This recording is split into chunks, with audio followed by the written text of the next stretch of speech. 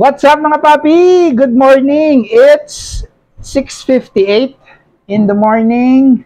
So magbe-breakfast tayo and for our vlog para sa araw na to, titingnan natin yung epekto nitong kakainin nating breakfast sa blood glucose natin. So ano ba yung breakfast natin? Meron tayong lumpia. Meron tayong tortang talong na may giniling. Ang kulit ng anak ko, nakakita ng ipis. Tapos sasawsaw tayo ng konting-konti dito sa ketchup kasi hindi natin kaya na walang sawsawan. And then, of course, hindi tayo nagra-rice mga papi. Ang kinakain natin is quinoa. So, just to be sure, sasabayan natin yung breakfast natin ng sitagliptin metformin. Nakikita ba?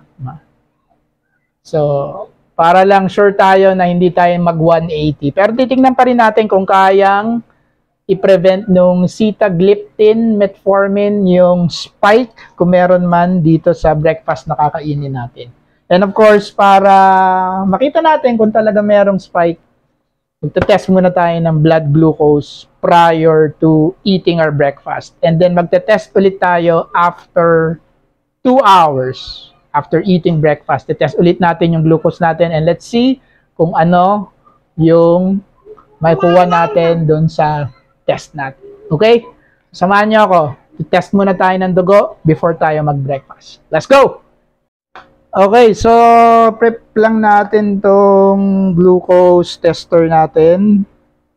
So yung ginagamit kong tester is yung One Touch. So ito yung rating ko nung last time na nag-test ako, 114.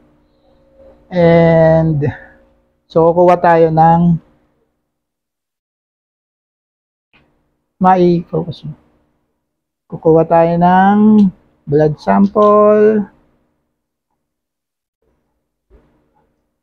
Tapos of course ilalagay natin siya dun sa testing strip natin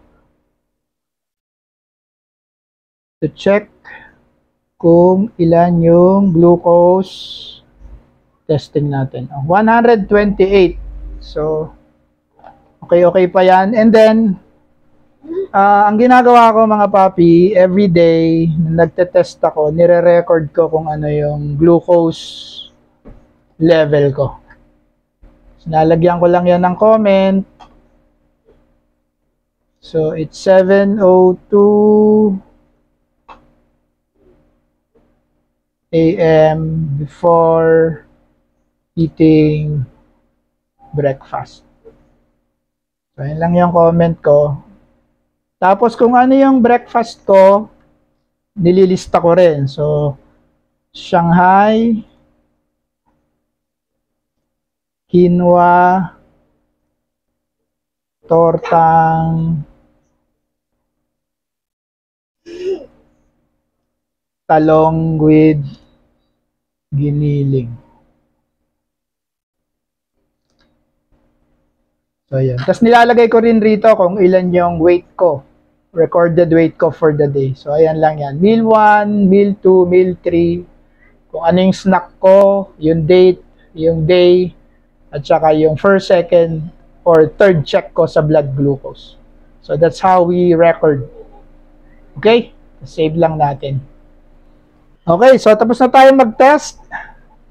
Kakain na tayo. So, see you later. After kumain, mag-spend tayo ng mga 2 hours gap bago tayo magsukat ulit ng blood glucose.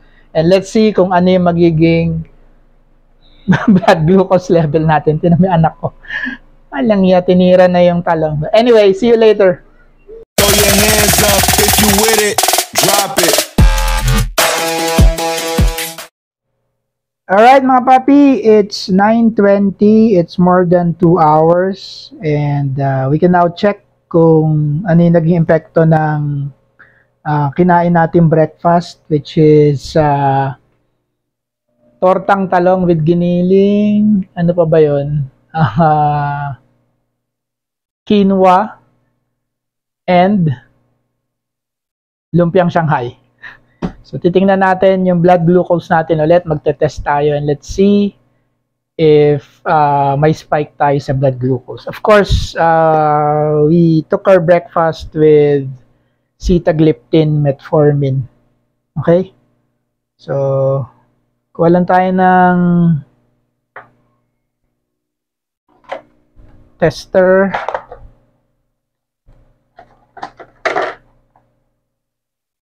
And then, of course, kukuha rin tayo ng Lancet natin.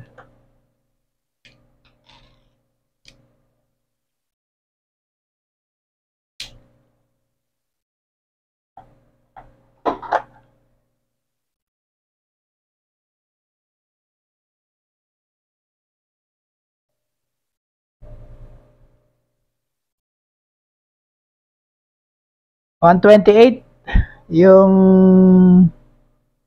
blood glucose natin kanina, di ba? So ngayon kuha ulit tayo. And let's see.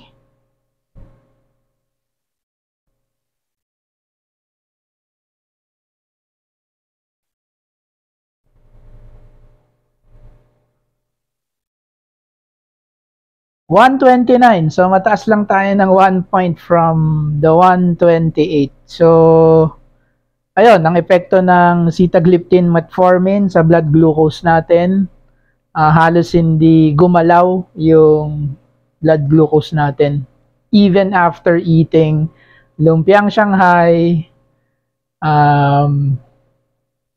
tortang talong with giniling and quinoa. At uminom rin nga pala tayo ng kape, hindi ko na lang pinakita. So that's it. For more videos like this, gagawa pa rin tayo. So please subscribe. Thank you for watching. Peace. Till the next Budol.